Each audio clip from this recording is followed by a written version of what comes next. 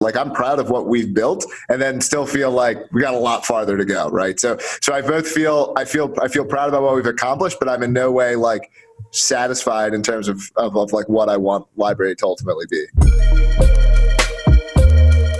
As far as like total supply of LBRY credits, is that something that is fixed, or is it does it have an infinite emission? There is a 400 million pre-mine that was kept by the company.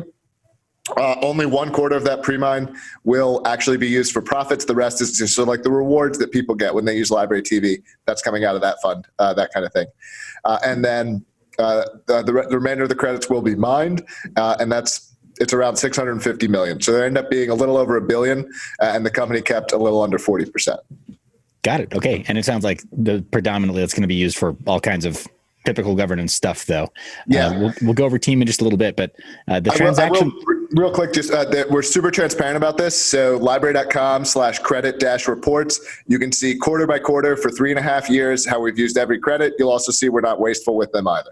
Sure. So I didn't want to, speaking of not being wasteful with the downtime, I wanted to make sure that I had something useful by way of a backdrop here, and I already pulled that up. So yeah. I think you got to just mention quarterly breakdown here. I've also increased the font size there, so it's very visible in the recording, and I'll have links, of course, to the core project and this page, because you mentioned it, for anybody who's watching, just to make sure that, this is one of those spaces in which so much of the due diligence is publicly available in a GitHub repository.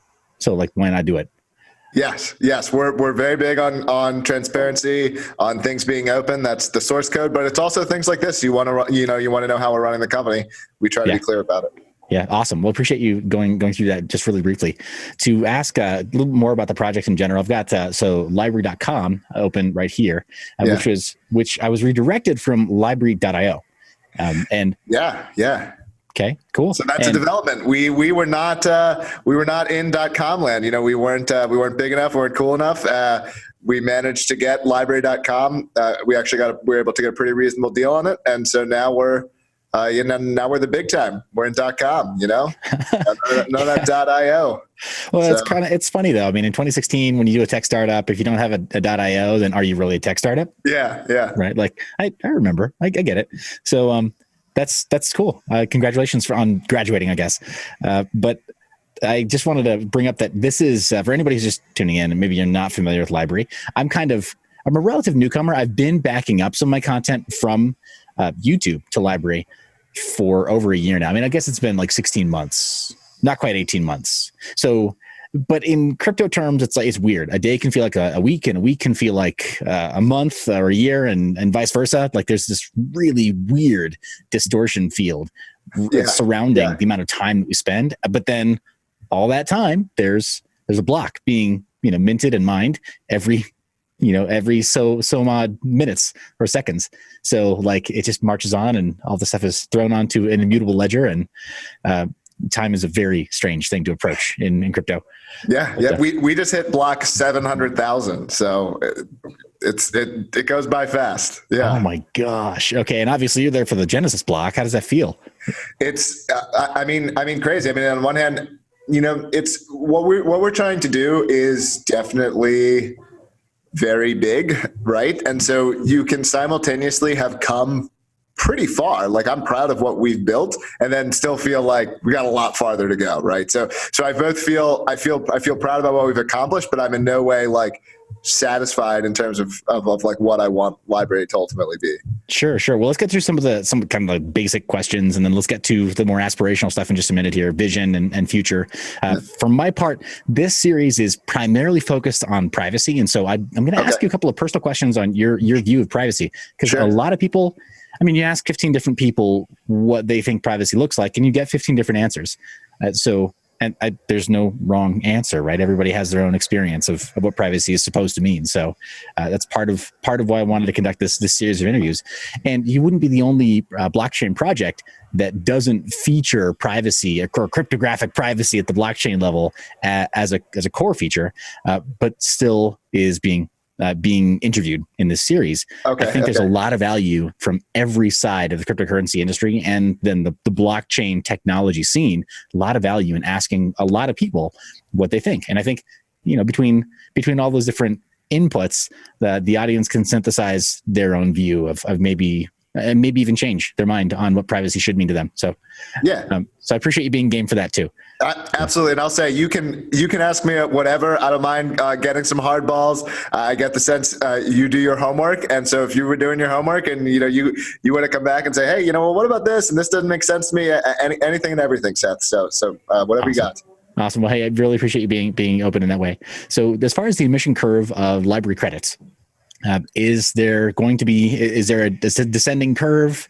What does it look like right now? I mean, in practical terms, for somebody who's getting involved in mining or some kind of reward system, receiving a block reward, what's the block reward right now? And what will it look like, say, a year, 5, 10 from now? Yeah, so it is a descending curve. Unlike Bitcoin, and this is relevant with some things coming up, our curve is basically completely continuous. Obviously, it is discrete in a block-to-block sense, but there's no halving, right? It descends in a smoother way.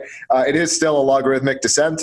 The exact formula, I would have to cite the source code. I can tell you that, but I can tell you that the overall shape is logarithmic, and 300 million have been mined thus far, and we've got 300 million more over the next 15 years. So we're through the biggest chunk of the mining in terms of coins coming online. And so most of the coins between what the company has and what's been mined, we're at about 70-ish% overall. Based on the game that you guys are playing and content, I can appreciate that you are already coming into a majority of the total proposed coin supply, because let's face it, when you're dealing with content, it kind of helps to have access to the coin supply while you're alive, as opposed to waiting for like 2140 or whenever the final block reward will be emitted from Bitcoin or whatever other network. Yeah, I think ultimately, these systems can't be dependent on block rewards. Something I will point out from time to time, right? If you consult the Bitcoin code base, right? Satoshi it's called in the code base block subsidy, right? The value, in fact, it's N block subsidy, right? It's you're subsidizing something, and there's no free lunch. And so, at scale, and especially as these protocols are really being used, there needs to be a way that they can sustain themselves without rewards being given, with every new block. So I think that's definitely a very important problem in the blockchain and the cryptocurrency space. Got it. Cool. Well, it seems apparent though, based on the scheme that you have right now, at least the coin emission curve that you're leveraging, it seems apparent that you're different, and that you're not waiting for several lifetimes down the line, several generations down the line for the final block reward to be emitted. It seems like there's maybe something more to that as well in terms of governance, but yeah, let's get into a couple more of the vitals of the project and the bottom line, the why. I'm a big believer in treating every blockchain project like a tech startup first, and it irks me to no end. I'm glad to hear that, because it irks me to no end to get a hold of projects and do an interview where they say, "Oh, we're all about the community, and we were formed by the community, and we'll be sustained by the community, and all of our contributors, right, to the core code base, they're all community commits." And that's really tricky to approach, because at the end of the day, somebody has to make an executive decision about which commits to pull, which requests to actually pull, right? So figuring out what is what's the line of authority? What's the chain of custody? Even just finding out who's responsible. For sure. So you'll probably like some of this. So one, I mean, I definitely am. First, very insightful. Someone has to make the choices, right? And in general, when it comes to choices about code, I'm not going to claim that democracy produces the best outcomes, right? There's a reason that, for example, Linux has done so well, and I think that's largely because Linus Torvalds has been strict about the maintenance of that, right? Yeah. In our case, we're pretty similar, even inside the company. Like I think I'm a pretty decent computer scientist, but I don't, I'm not going to make all the judgments. We try to find the best person and say, this person has the ultimate judgment about this thing because they know it the best. You'll see in every one of our repos, and all of our code is open source, an exact person is named as the repository owner, and the buck stops with that person. So if you want to know specifically for a repo, so we have a blockchain lead, the decisions. Well, I will say actually it's a mix of the blockchain lead and the CTO in that case, and same with the rest of the protocol stack. It's a mix of the lead and the CTO. And then our application developers make their own choices about how the UIs and things are going to work, because those are, of course, separate pieces of the way that LBRY works. Got it. So it sounds like you've installed your CTO, or your CTO is a bit of a de facto product owner across multiple. Products. Well, certainly at the in terms of the protocol, the product owner, right? So we try to be clear about distinction with that. So in terms of, there's LBRY, the protocol, it's an API. It allows you to fetch content, publish content, provides identity, payments, these various things. And then we have apps. And this is another thing that LBRY does differently, because I was skeptical of this. And by the way, my background was software as a service tech startup. So I created a SaaS product, sold it, and grew that company to a pretty decent size. Awesome. Well, I apologize for the interruption. let's go back. I think I got off track. Yeah, bring me back. What am I answering here? We'll go back to the beginning. I apologize because I wind up going down a lot of rabbit holes. It's a problem with me when I do interviews. I start talking about something and then I'm off somewhere else. So cool. Well, let's do this then. Treating this project like a tech startup. Yeah. And it's going to sound kind of like on the nose, but whose itch were you trying to scratch in the beginning? Whose problem are you solving? And what made it so great that you were like, gosh darn it, we got to fix this? Oh yeah. So I see. So I can actually point to a specific conversation that got me thinking this way. This wasn't necessarily the entire business idea, but this was the potential of blockchain applied to this as a use case. So to me, a blockchain is a database first and foremost. We had existing peer-to-peer technology, things like BitTorrent. BitTorrent has, the way that we conceived of it from a business perspective, had three problems. One problem is discovery. How do I find out what's available on the network? That's not decentralized. Second problem was incentives. BitTorrent works because people are nice. We can do better than that. And the third problem was, and arguably the biggest problem from a business perspective, was a problem of legitimacy, right? So legitimate creators simply weren't using it. Despite it being powerful technologically to distribute bits, it wasn't being used. And I saw blockchain as potential to solve all of these problems. From a business perspective, there's a huge potential to protocolize these and not have all of the business costs, right? YouTube has costs. Moderation has costs, compliance with the various things that they have to comply with, navigating various legal structures. Also means they have to be one size fits all as a solution. So I think there's tremendous business opportunity in taking these existing software products that are silos, that are locked platforms, and building these sort of tokenized economies that can you can create a protocol that solves the same thing that the silo served. And compared to other, one of the reasons I think this didn't happen before is you didn't have a business potential to monetize the creation of that protocol. This whole fat protocol sort of model as a business. So that's the idea, right? LBRY, the business idea is like let's build a fat protocol for digital content distribution. Right. That's sure. That makes sense. And to your point about BitTorrent, I think I read the founder's story at some point, and your points 2 and 3, he seeded the BitTorrent protocol with porn, so that it would be like, okay, well, people will be nice because they really want this, but it's like, but who's actually using this now? Gosh darn it. Yeah, and I want to be clear, like, I'm not against that stuff. Our attitude with LBRY is like all personal choice. But one of the things you can't do on BitTorrent is you can't have an identity. You can't have a strong identity like you can have on YouTube. You can't sell something for money if you want to sell it for money. And, I think these are the kinds of things that helped it, that helped hold back the legitimacy, right? Sure. Like you said this earlier with privacy. Like, you can publish anonymously to LBRY. Like anonymity in publishing isn't like the core of it. It's designed to let you publish, and fully say exactly who you are if that's what you want to do. But if you want to publish anonymously, you can absolutely use it that way. Sure. It makes sense. And I brought up that example of the founder story from BitTorrent, not to make a value judgment, but just to say that as far as seeding the content that would prove his concept, it was definitely difficult to monetize. Yeah, and it only happened when a couple of Hollywood studios became involved, and there was an acquisition and an offer, and there was a sponsor essentially in the end.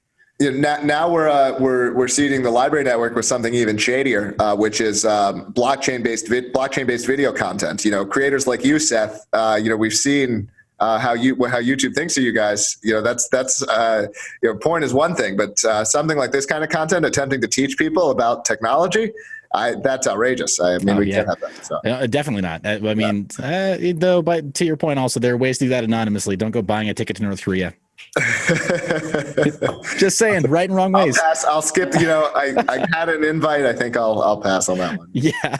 So yeah. I mean, if you've checked in any of the content that I've produced, I mean, well over a year ago, this is something I've been kind of had my finger on the pulse of for some time now. Our alternative platforms, DTube, tried it out when it was purely IPFS backed. The user experience was painful, frankly. It just was, and I made no secret of that. And then same with some other alternative publishing platforms. And it's funny, I'm part of an association here that they do a lot of YouTube coaching actually for brands, and then some Facebook streaming coaching and stuff. They sell it as a service. It's a really weird circle that I run in here where they charge for their expertise in getting brands and in getting smaller personal brands to really flourish on YouTube using that system. And I brought to them and said, hey, you guys don't understand. There's this other way that you can publish these other things that are being developed. And they said, you're moving my cheese. Stop. I'm very comfortable with these algorithms. I'm very comfortable with these APIs. I can charge this much per hour when I try to teach a business about YouTube. I thought, well, I'm not trying to be subversive and I'm not trying to publish anything controversial, but yeah, what happens when YouTube just decides they don't like your content, for example? Well, lo and behold, one of the guys in that network, he does the What's Inside channel with his son, where they cut stuff in half on YouTube. Mm-hmm. Their content just got demonetized because it appeals to kids under 13. Yeah. Yeah. Well, look, I'll be honest. Like, I'm a little bit of two minds because I think this stuff sucks, right? Like, I don't agree with it. I think my ideal platforms aren't making these kinds of decisions. That doesn't mean that there shouldn't be. That doesn't mean I want some super edgy experience or anything like that. But like, I just don't want. Even if I really disagree with it, I mean, like our company tweeted about a creator the other day who's demonetized. Whose mailing list was taken away, by MailChimp. And the guy's a controversial guy, but it's just like, even if I dislike him, I just don't want. Why is MailChimp the morality police? It's just like, I don't want my mail. I just want them to move my email around. Now, that's not an opinion that a lot of people have. A lot of people want their chicken sandwich company. Like, I need to agree with it in every moral principle with my chicken sandwich company. And I don't know. That's just not really my attitude. I'm like, well, is their chicken sandwich good? That's mainly what I care about. Right. And our attitude is, Leo, so we want to be good at moving bits around. We're going to be trying to not take an opinion on that stuff. That doesn't mean shoving things in people's faces. That's not our attitude either. We want things to be clearly labeled and so on. Be what it says on the tin and that kind of thing. But Sure. Yeah. Sure. So I mean, I think this is. I think what we're doing is definitely a chance for people who think a little bit more this way to have a place to come and gather. But yeah, so I was doing that thing again. The crypto YouTubers, like, they didn't really appreciate what we had built until they got hurt. Now, you were on beforehand, so I'm not saying it was you, but sure. Even you. And I don't mean this attacking. It's totally like the rational way of acting. It's like, you weren't super into LBRY. You were on there. It was a safe place to back up, and something happened to you, and it made you go, "Whoa!" and you paid attention. And well, frankly, Jeremy, to your credit, I think it was because there was a little bit of friendly pushback, a little bit of banter on Twitter. And the great thing about Twitter is that it's like some people view it as toxic, but then there are other times where, provided you can just not let yourself get dragged under by it, where you'll get a lot of the point and counterpoint that goes back and forth on Twitter, within crypto Twitter, and just say like, okay, well, let's start to try to unpack some of this and see where there's a kernel of wisdom over on this side. To your credit, you decided to come on the show and just talk, level-headedly about it. So for my part, with LBRY, I just wasn't super familiar with it, and to be fair, the protocol, what works, appears to work very well. What doesn't work is just not built yet. And so I kind of investigated to figure out, okay, well, what is lacking? And again, I'm no stranger to open source. I've used Linux since Fedora Core 2 and various other open source packages that even for content creation, I'm a stickler for making everything from scalable vector graphics to raster graphics to, when possible, any kind of 3D assets or anything else. I use open source where I can.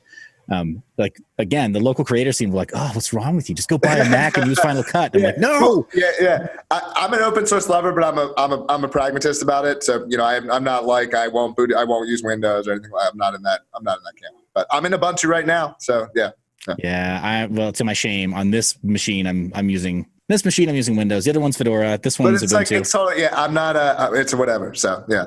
I'm not in the camp of being dogmatic about it. Yeah. So I appreciate that. I appreciate you not being overly dogmatic about seeing somebody like, oh, well, he's not a believer yet. Let's go bash the non-believer. Like, I appreciate that. No, I mean, this stuff is weird. This stuff is hard. I mean, I could, and if you think it's of interest in your audience, we can get into them, but it's like, just really, like, so I said, I had a background in SaaS before this, and like, you take a simple feature, like, I don't know, like a password reset or something, like, hey, like we'll build that. It'll be done tomorrow, and it's like, okay, now we have people, and it's like, we want to give them a cryptocurrency, wallet, and we want them to be able to use it in different places, and we want them to like actually be the custodians of it, but we also want this service to work for normal people, and it's like something that would be doable in one day is taking us like 2 months. It's and it's stuff like this, and it's and what the demands that users have is they want it to work just like Web 2.0, right? So you've got this whole different crazy stuff happening underneath, and you've got it, and the user experience expectations are that of Web 2.0. Yeah, no, for sure. They want the easy login. They want to log in with Facebook, and it's like, you don't understand. That's the last thing you want with cryptocurrencies. Yeah, and so we're trying to like do it the right way, like, because again, I'm pragmatic. We're not being like, we're not taking that like hard line, some open source companies take that's like very hard line of like, like, no, you've got to do everything like the real, like LBRY TV, which is huge for us. Like, look, that's Coinbase, right? Like, that's like not your keys, not your Bitcoin. Like, we're in that land. Like, you're trusting us, and look, please trust us. And we're not. I think you should trust Coinbase. I use Coinbase, but it's like a lot of people. Like, if we want to bridge this gap from where we are to the, I don't know, the promised land or whatever. I'm not that prophetic about it, but like, I think we could be in a better world than we're in right now. Like, we can't. We either have to meet halfway, or it's going to take a really long time. So yeah. I'm more in the meet halfway and give a variety of solutions for people. Awesome. Well, I definitely appreciate that, and I appreciate what I've been seeing of LBRY.TV as a platform, as a publishing platform. The more I look at it, the more I like it, and of course, the closer I look at it, the more I've come to believe that what isn't there is just not built yet. It's not that something is broken. It's just that it's incomplete, and it's impressive. The ship that you've already got in the air, I'm comfortable in. Yeah. Like, I'm already comfortable with the ride.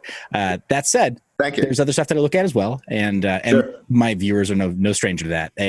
But at this point, I guess I have to disclose that, guys, I've already gotten some LBRY credits, so I am a bag holder. This is already my review is already tainted, but. Would this be a good time to like give a code out to your audience so that way everyone's bag is tainted? Oh my gosh, yeah. Here's the thing: for every one of these interviews, what I don't do, maybe this is a good time for me to just really quickly, as far as that disclosure statement, for me to ask you: did we agree upon, or did I ask you for a bounty in order to set up this interview? No, we didn't talk at all about any of this. I don't even think you knew I have a code. It's just something I do when I get on the videos. Yeah, for sure. No, and I appreciate that. I just want to make sure this is a disclaimer that I throw out for every single interview, because it's so hard to know, and bare minimum, like, even though we're working on these trustless systems, you still kind of have to trust people. Yeah, I'll go on the record. LBRY as a whole has never paid to be. We don't pay to be interviewed. I've never paid to. We don't don't even do paid media. I guess we technically do a little bit of like Google ads from time to time as experiments, but like we do this. Almost anything you'll see covering LBRY, anyone covering LBRY, we've never paid for that. That's never happened. Though, as my understanding is that there is a community fund, and that you can pitch for use of community funds. So there are, sorry, yes, I should be clear. Like, there are times where we've backed the creation of content, but that's actually never been like an interview. Like, someone might be like, oh, I can make a cool video about LBRY. We funded that kind of thing. Yeah. But we've never funded like something that's presented as an interview, as this like organic conversation that was secretly some company. Yeah, that's never happened. I mean, next level, right? It'd be like those advertorials that you see in. I'm sure it happens all the time, man. I mean, there are people who will certainly tell you. I mean, even as the CEO of a software company, you'll get people just blind pitching you, like, we'll get you the front page of Reddit. We'll get you here and here, like, So, but that's never something we've done. Yeah, cool. But by all means, lay it on us. What's this code? What's the scope of what's the scope of what? The code for viewers that want to get in now. Okay, I'm gonna since I always just make them up on the fly, I'm gonna go with get in Seth's bag as the code. And that's going to be for new users only. However, the feature is a little new. So honestly, if you're an existing user, you're welcome to try it and see if it works for you. Pen testing. Yeah. Yeah. It probably will. We for a while we couldn't do these codes in a scoped fashion, so now they're scoped. So like if someone used get in Seth's bag, and then I go on with someone else and I give them another code, it won't work. But this is probably good for a nice LBC bonus for anyone in your audience. Cool. All right. Thank you. Really appreciate that, and I appreciate that it's geared towards others, that it's outward facing. Because this for me, I do this primarily just because I really enjoy talking to project founders. You get such a unique take in. I mean, there's no adequate replacement for talking to people who are involved in building. So, thank you. As far as the team, I opened up your team roster, and so I can pull that up as a backdrop again. Sure. And let's see, just because again, treating it like the evaluation of any other tech startup, product and team they're a pretty big deal, right? A lot of would-be investors, right? And in this space, we don't talk about it as accredited investment. I don't think we should yet. Thankfully, the SEC is not forcing that yet. But when people look at devoting their time or their energy or their Ethereum or whatever they're going to convert to then participate or stake in some way, or their content for that matter, when they put in some kind of effort, something that costs them, they should be aware, like, okay, who's really working on this? And what is their background? Are they qualified? Yeah. And so I already looked that up. I've got a comment. Alex, I swear he looks like your stepbrother or like your cousin. Yeah. You guys look like you're legit family. Yeah, there was one time. So we've known each other for a long time, 15 years at this point. We played sports together in college. And at one point there was a picture of us playing. There was one of us and the head was not on the photo, like the picture to come, it was like neck down. And there's substantial debate as to which one of us was actually in the photo. Yeah. So. Oh, gosh. Oh, it is fun. Well, now I got to ask, what was your sport? Now I've got to tell you, it was Ultimate Frisbee. So. What? Oh, dude. But okay. Alex is incredibly good. Actually, he was on ESPN3 just in the last year, making it to the national championships.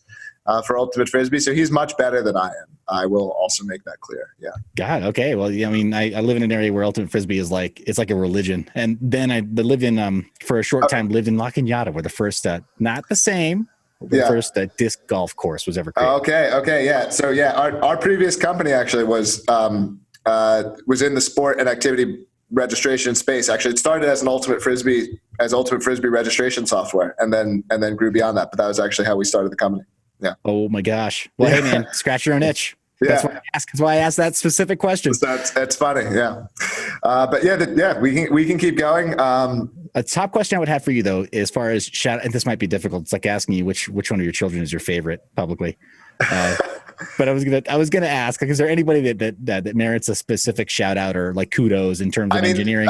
There's so many. I guess I'll just tell a couple of just like random teamish stories of the whole. So one is that we've got a really weird mix of people. So everyone's like really smart, but we've got this weird mix of people who are like very like self-taught versus like highly educated. So we've got some self-taught people, a lot of whom who like discovered the company and started making contributions or stuff like this. Like one of the smartest guys at the company, he's on here somewhere. His name's Victor. He lived in like a small town in Brazil. And he was like finding cryptocurrency projects to contribute to. And we saw some of the stuff they did. And we're like, this guy's really good. And we started talking to him. And we maybe, is Victor not even on the page? It looks like it isn't. Yeah. Well, okay. There's that story is true for other people. Like Akinwale is also in that camp of like, he lives in Nigeria and he started contributing to us. And we're like, this guy is a really great software engineer. And we've got to get him at the company. And then, there's other people who you sort of meet through more traditional networking means and so on. But definitely one of the coolest things at the company has been like the fact that all of our software is open source. Hundreds of people, maybe we're approaching 1,000, but definitely like several hundred people have already contributed to the project. And sometimes you just get to meet some of the coolest people through that open source nature. That is really, really cool. So it's sounding like you're finding these like natural born engineers. People have sort of a mind for engineering, but then are discovering the tools and becoming autodidacts in the development space then. Yeah, and then of course you've got people who, just were already in the space. Okay, I was a C++ engineer, working for a decade on AI systems, and then I moved into blockchain, and I've already done it. And so you've got people like that. But you've also got people who came on and just showed that they could do something, and that's one of the best ways to see that someone is really good at what they can do. In fact, that's actually how a lot of since you've been asking business-related questions, that's actually how we do a lot of our hiring. We try to almost always have someone work on, even if it's just a small version of it, like an actual engineering problem they'd actually be doing at the job. That is awesome. Yeah, as an engineering test, I can very much appreciate that. Very much, and those are hard to administer too. Like I've got a couple of brothers who are full stack devs, and we've talked about some of the engineering tests that non-technical interviewers have attempted to like rope them into, like, oh, prove to me you can do this thing. And it's like, what does that have to do with anything? So I mean, at least here you've got a very obviously relevant project to work on. Yeah, it's a really cool part of open source. You don't even have to be like, it doesn't have to be a made up problem. You're like, no, this like literally is the problem. It's literally public. Like this is the problem, so it's fun. Oh, that's cool. So let me jump into a few more questions here, and I apologize because I think we're already nearing. I've already sure, past we can go long. I've got at least 20 minutes. So if you want to go, we can keep going. Got it. Okay, so we talked a lot about the project. Let's talk just very, very briefly a sort of 30,000 foot view of proof of work and consensus for LBRY, because clearly in about another 15 years, proof of work will not emit block rewards to the extent that it does now. Consensus right now, the percentage of the block reward, how does it break down between proof of work mining, between content reward? You said it's already, I guess, allocated. Is there sure, that's not part of the block rewards. The company just administers that. Yeah. So in terms of the actual block rewards, in terms of what miners are getting, I don't know the exact values off the top of my head, but I'm sure it is substantially the block reward, right? Like because you need blocks to be more crowded, right? Right, transaction fees are driven by congestion, right? Like for blockchains to work without subsidies, you need congestion. If you have neither congestion nor subsidies, right, like you effectively don't have. These are uncomfortable statements, but this is the truth. Sure. And so I'm not. And there's been predatory mining from day one, right? Like empty blocks and all kinds of what is it? Pulse mining and all kinds of other stuff. I mean, I'm only familiar with this because I've been able to interview some people who do hardware and who do software in that space as well. Yeah. So our attitude is like we're not diehard proof of work. Like proof of work was the safe choice when we started LBRY, which was, remember, more than 3 years ago. So proof of stake wasn't nearly as developed as it is now. We monitor the space. We're certainly going to try very hard to honor past commitments. I think that's part of why we have a good reputation, is we've shown, that we honor the things that we say. But something we've always said is that, like, if there are better ways to form consensus, if there are ways to achieve consensus that have, similar, better security at lower cost, like subsidies aren't a good thing. They're wasteful. Well, they're not wasteful because they produce security. But what I mean is, like, every block that passed in which the security, say, wasn't necessary or an attack wouldn't have happened, it's just wasted resources. We could have had 2 computers replicate it instead of 2,000. Obviously, the 2,000 provides security, so I'm not saying that we should actually only have 2 do it, but you get what I'm saying. Sure. But Jeremy, to use your analogy of blockchain being essentially just a large distributed database, there's a caveat there. It's a large distributed database for people who are extremely paranoid and okay with really slow times. Yeah. Oh, I frequently introduce. I say, what in terms of telling what someone a blockchain is, I'll say, well, blockchain is the world's crappiest database technology. It comes with one really neat feature, which is you don't have to trust one person on who can write to it, right? But that's it. Everything else about it is worse. You wouldn't pick it if you don't. I talk to blockchain VCs sometimes. I'm like, no. Like, if you don't need this feature, you don't need a blockchain, and you're being stupid, and you're going to waste your money. Yeah, that's great. That may be the soundbite that this interview starts off with, possibly. Just because, more people need to hear that from blockchain devs and founders, I think. But so proof of work, then it sounds like there's maybe been some discussion about potentially forking away from proof of work at some point in the future then, but clearly with community consent. Yes, yeah, it's not something we would do rash. You're not going to find like, hey guys, it's changing on Friday. Like it's something we would do carefully with substantial discussion, with public debate. But like our goal as a company is, I'll be very unequivocal about this, right? We want to provide this public database where anyone can say that this information exists. That's effectively what you're doing when you publish to library. That's why it's called library, right? This information exists in the world. Anyone can say that. No one and no one party owns it. That's what we see as this beautiful, crazy, cool idea. The rest of it can change. Like a lot of the rest of it can change, Sure. And so proof of work is what made this idea possible. If it turns out that we could do it through proof of stake or hybrid or proof of other things, maybe there's something else we can prove. I mean, whatever. I don't know. There's a difference between proof of other things work. But anyway. The Burstcoin apparently is using proof of capacity to some advantage, but. Okay. Yeah. Right. So people make these claims, but our attitude is like we're going to focus on building, right? Because you've got blockchain, you got all the other stuff you need to do. We need to build relationships with creators. We need to build stuff specific to video. We need to build apps. We need to build all these things. So, we're going to pay attention to what other people are doing. We keep up with Bitcoin. So like the library blockchain is a substantially modified, but like stays current with Bitcoin Core. So all the stuff that we added on top of it that's specific to us, which is pretty substantial, but we keep trying. So if Bitcoin adds, Bitcoin added SegWit. All right, well, we get SegWit for free. We don't need to be 6 months ahead of blockchain because that's not, and this is true. This is another thing the blockchain companies get wrong. It's like, they're like, oh, and our blockchain can handle 10 billion transactions a second. Like, you need that? Right. Do you have the users for 10 billion? Is that your problem? Yeah, Library is one of the most popular D apps out there. Our blocks aren't full. Yeah. Are you sure Visa or MasterCard haven't come knocking at your door asking if they can offload some transaction throughput onto your network? Yeah. So awesome. Well, I very, very much agreed. It seems like these aren't pain points that any blockchain project is suffering just yet, other than maybe Bitcoin at certain times. Yeah, Bitcoin at certain times, Ethereum at certain times, I think. Yeah, so. That makes perfect sense to me. Let's talk to kind of get through the proof of work questions really fast, and then get to some privacy-oriented stuff. As far as the block reward, it sounds like there's not a handy breakdown right now, or you don't have perfect recall. There's a chart. There's I don't know if I can get you the link at the end of the call. There's a chart. I just don't know the URL off the top of my head.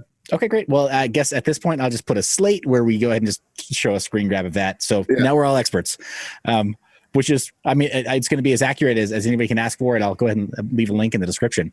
But as far as a consensus mechanism, let's move away from consensus because it sounds like there may be some discussion. It's ongoing with the community and then with the core development team.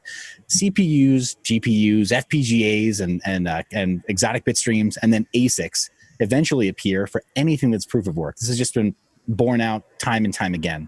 In the mind of the core development team at LBRY, where do you think that all of this proof of work stuff is going, and what is your project view as a reasonable decentralization or distribution of hash rate? That's a good question. And the answer there is going to be somewhat complex. So first, I think that ASICs and similar things that are along the step to them are basically inevitable. I think you could potentially fight them, and you do see some coins doing this by basically saying, well, like whenever you do it and we see we're going to fork again. I think this is also dangerous though, because if part of your security model is like someone really making a concerted effort to disrupt us, then like someone who wants to do that can still do it, and it actually gives them more ability to disrupt the network because ASICs are more. So I tend to be more of this, school that like it's inevitable. So like, I don't know how much you can fight it. I mean, of course you're wearing a Monero hat, so, I don't know. The funny story about that, this is one of the few pieces of merch that I didn't have gifted to me. Actually, I wanted to go and have this made custom. Is to try to fight it, right? They want a cycle. Is that what they're? Yeah. Every 6 months has been what they say, but realistically, even what they can do. I mean, as a layperson, as I understand, I've gone through their code base and I've forked crypto notes once live. Actually, a lot of fun on a live stream. But you can adjust scratchpad values. Then with anything that was based on Equihash, you can adjust the N and K values of their mining algorithm, their proof of work algorithm. And so you can make these adjustments. Granted, if you're a layperson and don't know what you're doing, you can really destroy people's hardware because it's totally unapproachable. But apparently with enough reading and with enough ability, you can make these adjustments and it's not too difficult. The problem is then getting every exchange, every massive wallet holder to upgrade and say like, yeah, we feel good about this.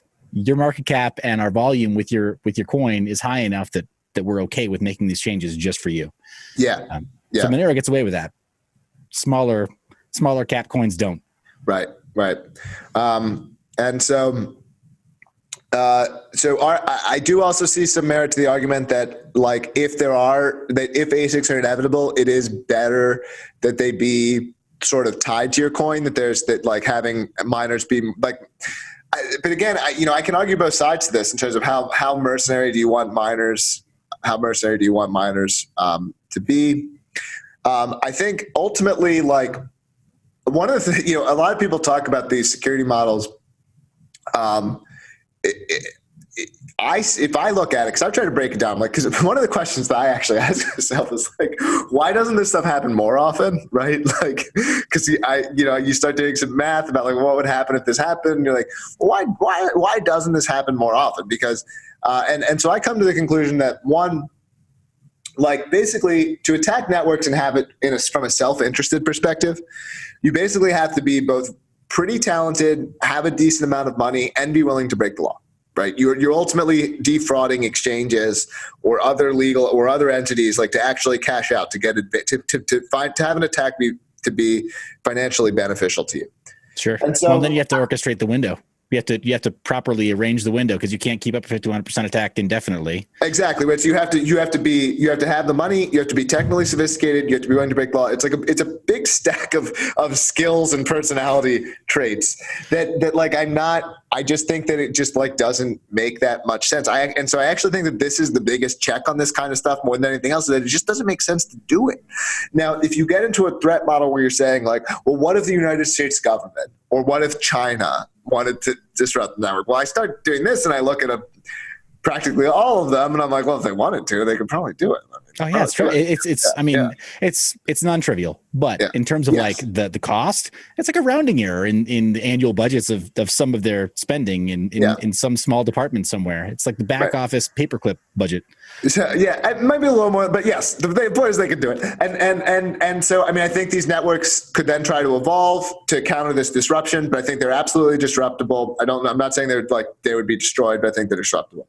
And so that's my thought is like, so I think LBRY is if you look at the actual economics of it, I think we're in a similar boat to any number of coins that have, sort of similar market caps in our ranges.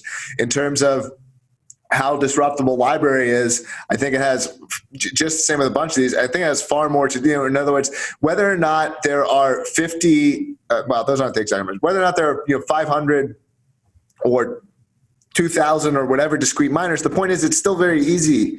Like there's an exact sticker price to do it. And so like, it's like you're basically arguing like, well, someone would attack the network someone would attack the network for 10 minutes if it cost $2,000, but they wouldn't do it if it was 10. And it's like, those aren't the margins at which this decision is being made. Like Sure. Sure. Well, to use as an example, a good example, I think, is Bitcoin Gold. When they were attacked successfully, 51% attacked. I mean, it was confirmed that the attackers got away with like 20 million USD in value. I think by most black hats measure, that's a good day. It's a good day at work. But from who? From the exchange? From exchanges, right? Yeah, because that's where there was the largest store waiting for them to go and properly own that. Right, and I think exchanges are getting even better and better with this as their techniques improve to like just not let this kind of stuff happen. Like, so I think basically, I guess my summary is that I think self-interested attacks in blockchain are pretty difficult, including on LBRY. And I think that like non-self-interested, so disruptive attacks are probably possible against LBRY if you're willing to spend the money. But again, that's true of lots of other networks. Sure. Makes sense. Is there a point at which, just really briefly, and we'll close out proof of work conversation at this point, but is there a point at which either some kind of malicious action from like just being disruptive, like, as you mentioned before, or self-interested attacks would cause you to accelerate the conversation about either forking the proof of work algorithm or quickly forking to proof of stake? What would those look like? Right. Again, because we're pragmatic. Like our goal is to provide the service. So if we start getting attacked, the networks start getting disrupted, more things come on the table. Like right now, there's not like our biggest thing, we would like to grow in users, right? I would like 5-10 times as many people using LBRY to be using it. I think that's the biggest thing we need to accomplish. That's actually not bound by our blockchain and these various factors. So while we have people working on that stuff, it's not full speed ahead there. If we were ever attacked, we'd pull, not that you can just sub people in here or there. That's not how tech works, but we would certainly be much more like, let's do something about this right now. Yeah. Got it. Okay. Makes sense. And then on privacy, and I know you're a bit pressed for time, so I want to be as respectful as possible of every schedule here. As far as privacy right now, and these are simple yes/no questions, or just keep it as simple as possible, and we'll burn through these.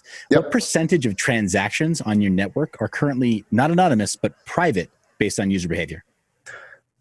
Well, I don't know. Okay. I mean, we don't. I don't like. So we have. We have some insights into some activities that users take when they share analytic data with us, but I don't even think those analytics store exact like every single transaction. And I've never done an analysis of like what percentage of transactions do we know about. So I don't know. Got it. Then I should ask, as far as the blockchain protocol itself, does it have any kind of cryptographic privacy built in? No, same as Bitcoin here in terms of functionality. Got it. In that case, then I'm going to skip ahead to a more relevant question then. Are you aware of any kind of chain analysis that any third parties have claimed has been done on the LBRY blockchain for the purpose of either de-anonymizing users, wallets, or transactions? I am not aware of, I mean, aside from like the basic stuff you find on, it's not de-anonymizing, but like, coin market cap and sites will tell you about like wallet size and wallet distribution. Like you'll find stats like this, but nothing that is specifically trying to identify people that I'm aware of. Got it. Okay. And I'm asking this because primarily a lot of these questions are very pointed at the privacy oriented projects where they're like, hey, we're amazing. And there's never been an exploit. And it's like, are you sure? Are you absolutely positive? Who's trying is the question, right? Like exactly. Yeah. Is it security through obscurity, right? Yeah. Like, is it just because your network is so small that nobody cares? Yes. Yeah. So, but yeah, I appreciate you playing along with that one. I should ask as far as, there was another question that I had lined up regarding privacy. Well, I can answer an implicit one, which is how do I use LBRY the most to not like I want to use LBRY anonymously. So here's the big thing, right? There's one, if you log in, download LBRY desktop, that's the best one to use. Use on your desktop computer. Click settings and just uncheck the box that says share stuff with LBRY Inc. Once you've checked that box, nothing else is being sent to us as a company. Now, there is still some stuff being sent to the network. At that point, if you want to just use it through any kind of any VPN or anything like that, and at that point you're using it pretty anonymously. Got it. Your IP is not counting this then. As long as your IP isn't counting. Like using it on your desktop, like no, I don't think there's anything being logged. Like if you submit a blockchain transaction with a publish, like I don't think the wallet servers past maybe a couple of days or something are keeping that see it. Like I don't think it ends up in some kind of permanent database. Okay, got it. So let's go back to the blockchain itself then. And as far as the LBRY credits, for example, if somebody did want to try to use some additional like coin join implementation or whatever else, are you aware of any third party service or any like fork of Wasabi wallet or something to use a bad example? I'm not. I mean, since LBRY is, in terms of the API, it's basically Bitcoin Plus. It's like Bitcoin Plus additional calls. Anything designed for Bitcoin should be pretty easy to adopt, but I'm not aware of an implementation. Got it. So another thing is we also really don't emphasize like using LBRY for like people are welcome to do it, but we don't push using it for financial transactions outside of the protocol. Got it. Okay, so LBRY credits are largely, their intent is just for protocol transactions or for protocol incentives then. Yeah, I mean, look, if people want to use them other ways, it's not something we're in any way against, but we emphasize using them on the platform. Sure, there's some like crazy street economy of like LBRY credits for food stamps somewhere. Yeah. just because of this interview, it's like, I never thought about that. So what's the LBRY credit value of those food stamps? I do know of at least one person in our community that bought a breakfast sandwich and posted the receipt to our chat room just specifically so he could show to my face that he paid for it with LBC. So, Well, there you go. Challenge accepted. Careful what you say publicly, I guess. Who's gonna be that guy? Yeah. Cool. All right. So let me ask about just wallets in general. Is there good third-party support for wallets? And I don't mean like an API where wallet makers could use it. Koinomi. So on Android, you can use Koinomi. On desktop, There is a couple. We have a FAQ on our website, so I can get you that link and we'll put it in. But there's definitely at least a couple for desktop and Koinomi on Android and OS X. I know Free Wallet for a long time was like really pushing hard to get one of everything on mobile back in the day. Yeah, I don't know if they're even. I don't even know if they're even. I bet there are others. So okay, got it. But it sounds like top of mind then is Koinomi that on mobile. Awesome. And is there a native mobile wallet for LBRY credits today? On Android only, but yes. Got it. Okay. Hey, fair enough. I understand that iOS and their store, the iTunes store, is a beast to deal with. So yeah, it made us a little uncomfortable, and also so our Android wallet it's a full app, right? Again, so like we chose not to go on to pursue iOS development until we were hitting certain sort of per user traction numbers. Like it doesn't make sense to double your surface area if you're not hitting certain engagement rates. Yeah, so. That makes sense. That makes sense. So also disclosure, I work for a dating app company right now. Okay. So this is our pain, the mobile first experience of dating and choosing where to put material and effort. But okay, so that makes sense. The reason I ask also, and I know you'll appreciate this, is that for a lot of members of developing nations, right? Citizens of developing nations, the mobile first experience is their first and will likely into the future be their only experience of digital technology. Yeah. So yeah, that's especially within cryptocurrencies and blockchain technology, it's something that I think is just needs to be on everybody's radar. It sounds like for you guys, this is a top priority. Yeah. So then I should definitely emphasize you can use the full app, have that peer-to-peer publishing experience from your Android device. Yeah. Nice. And I'm sure that the community has got some heady workarounds for iOS users. Yeah. Well, one is just to type LBRY.tv into your web browser. so Safari Mobile is not like rejecting it wholesale. Yeah. Yeah. Awesome. Yeah. Okay. So let's talk about just privacy in general. This is Jeremy on privacy. Take things down a little bit, lower the lights. Get personal. These answers are going to be complicated. So well, I get that sense from you. I've really enjoyed this. I just to interject that. I've really enjoyed this. It's one of the great joys that I have within doing these interviews is that I get to talk to very intelligent people and we get to have conversations that are not facile and mind numbing. Yeah. Thank you. It's great. Thank you. As far as privacy opinions, this can be any currency at all. It can be some kind of fiat. It can be some other traditional means of exchange. Some other it can be just the contract between individuals, the spoken contract and agreement. But what are your favorite privacy currencies? Your top three? No, well, three. All right, then I guess I'll add in that just agreeing between individuals. So I'm probably going to go with. Maybe I'd go with two cryptocurrencies. So in terms of like privacy-oriented coins, I'm not going to claim that I've done the deepest dive, but like Monero is the one that seemed to be like the best when you balance both like the tech and the users and all that stuff. But I want to also say that like there's probably at least 10,000 people, maybe 100,000 people in the world you should listen to before you get to my opinion. So don't weight that highly. I'm not saying I'm an idiot about it, but there's people who are better at this. US dollars, obviously, like they have to be on the list. You can use them anywhere. You can give them to people and they take them. And like you can say that whatever, like it's not a hard currency or whatever, but you can go anywhere in the world with them and people are happy to get them. So that's got to be one of the best things you can use.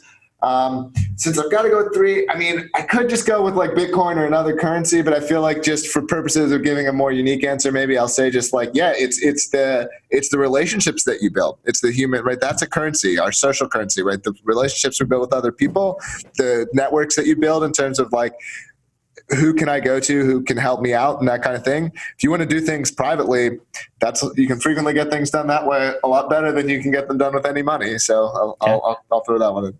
For sure. Hey, and as a replacement for Bitcoin, I will absolutely accept that answer. I had a buddy a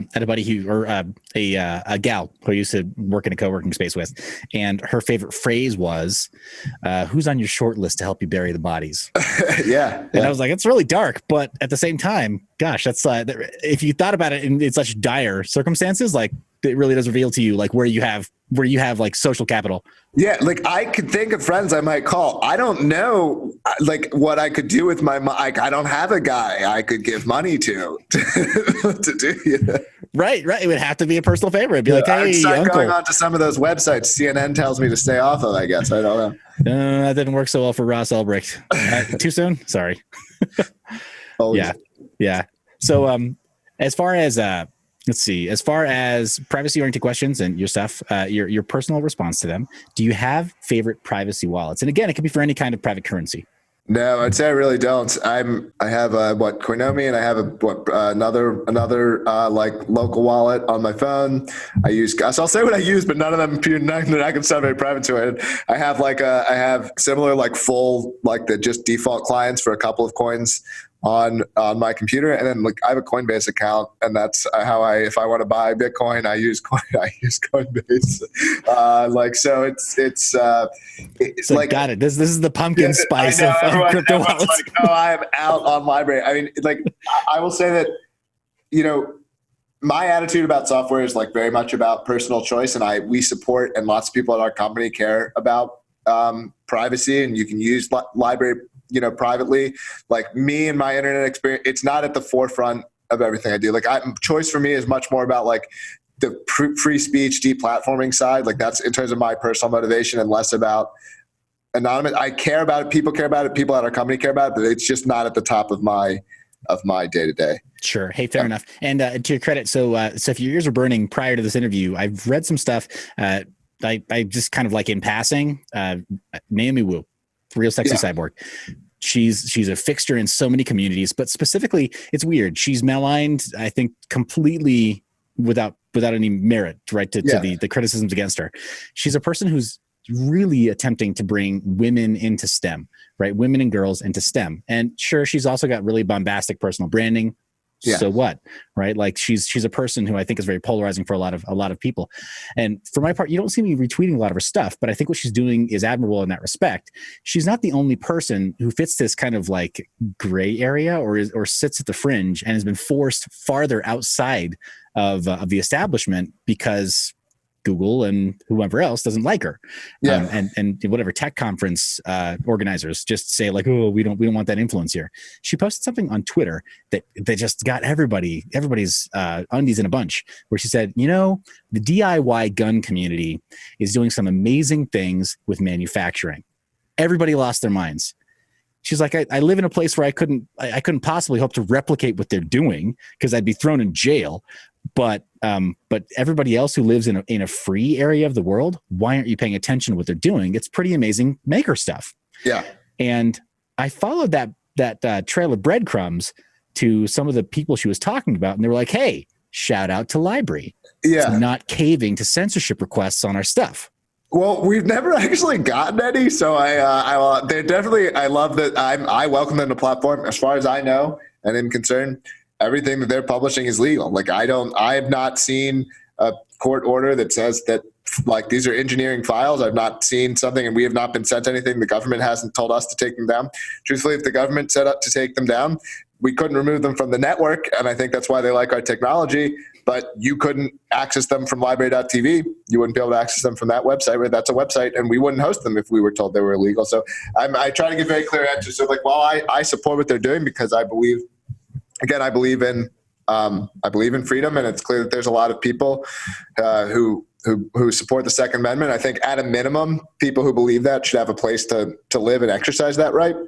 I think code is free speech. So if you want to say guns are illegal, that's one thing. But I think we've seen what happens. You can't ban file. It's just nonsensical. Sure. I actually tweeted this in response to one of the previous concerns about it. I just took I took the Liberator, Cody Wilson's company, the three, and you can put it in a JPEG image, a PNG image rather, and upload it to Twitter. It's still on Twitter. It's gotten retweeted like 500 times.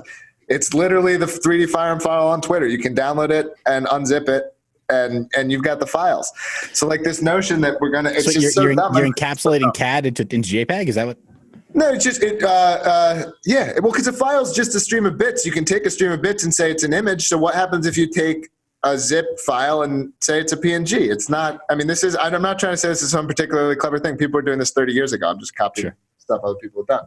But the point is like, just you can't do it. And so I don't know. I guess part of where I maybe think it's like, I don't know, why are we having this discussion about whether something is going to be illegal or legal if it's just completely unenforceable? It just doesn't, why are we talking about it? Well, frankly, and I think that's exactly the point, Jeremy. You and I aren't having this discussion. I think the concern is that for a lot of people who are attempting to publish content, that for whatever reason, a third party or a government agency is then deciding, in some cases retroactively, like, hey, we don't really know how we feel about this, but we're gonna, with the stroke of a pen, 2 months later, we're gonna make you a criminal.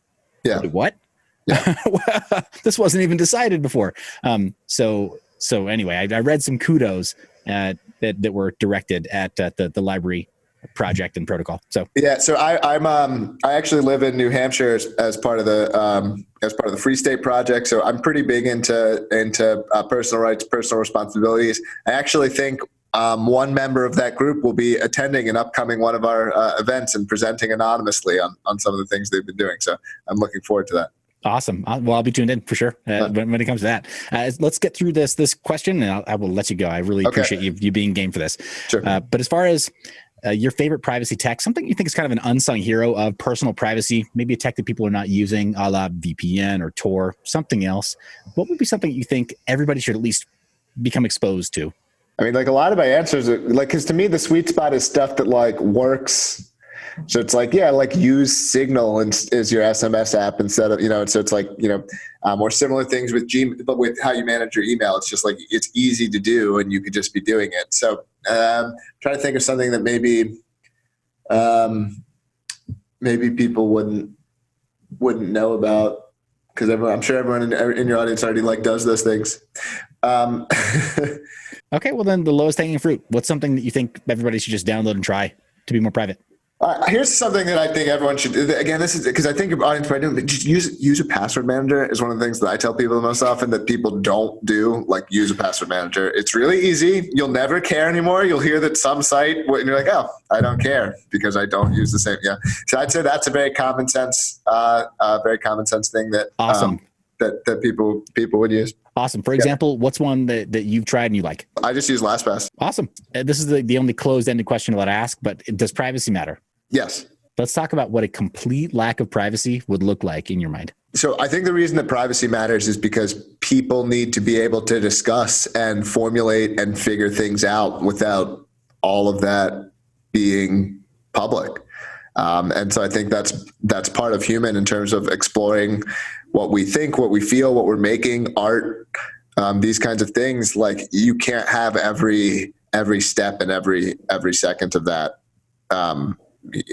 visible to everyone. Illustrate for me, if you would, in your mind, what that looks like if we completely fail at protecting privacy.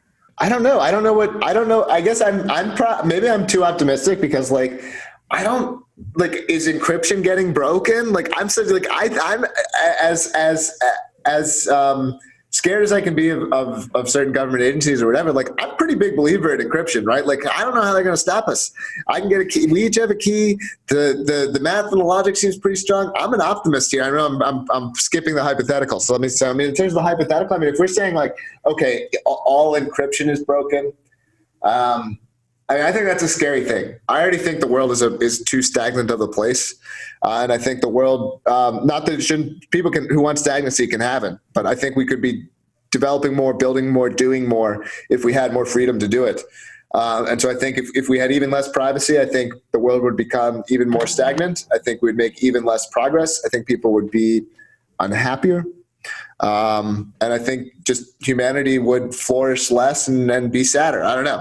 It's not something I think about a ton, but it wouldn't be a good thing. It would not be a good thing. Sure. Well, I think that definitely explains a bit of your energy and a bit of what where your, not motivation, but a bit of where your meaning comes from. Is that you clearly have a bit of hope for the future and clearly a bit of hope for what you're working on. I'm an optimist. The trend is, the world is getting better. And even the trends, the last 5 years maybe aren't as good as before, but like, this is the future, and this is going to now replace the things that came before it. And we're going to create and build technology for our money, for our digital content, for all kinds of things that will be out of the control of any single person or entity. And I think it's going to be a beautiful thing. Awesome. Well, hey, that's an incredibly hopeful and positive note to end things on. Top question is, if there's one single source that you can name where people should go, not only to find out more about the LBRY project, but to contact you, is there one best? I'm going to cheat. I'm sorry. If you just want to use it, go to LBRY.tv. If you want to use it a little bit more for real, go to LBRY.com/get. If you want to talk to me, you can email me personally, Jeremy@LBRY.com. I don't mind. You can come into our chat room, chat with the whole community, chat.LBRY.com. And if you really want to nerd out, if you really want to see how it all works, it's all super well documented, LBRY.tech. I got those open. I'll go ahead and flash those to the audience as well at the end. Final question. This is really, really serious. Can I borrow 50,000 ETH in exchange for my new token, KEX? Yes, but only if you retweet this 200 times. 50,000 ETH comes out to about $6 million. Yeah, I should have gone with a higher number. I wasn't ready. Yeah. Yeah. I'm riffing on that latest, the latest token sale, Hex. Yeah. I'm still blown away. I'm blown away. I mean, this is not me hating. I moved all my money out of Hex into BSV. So that was a smart buy, man.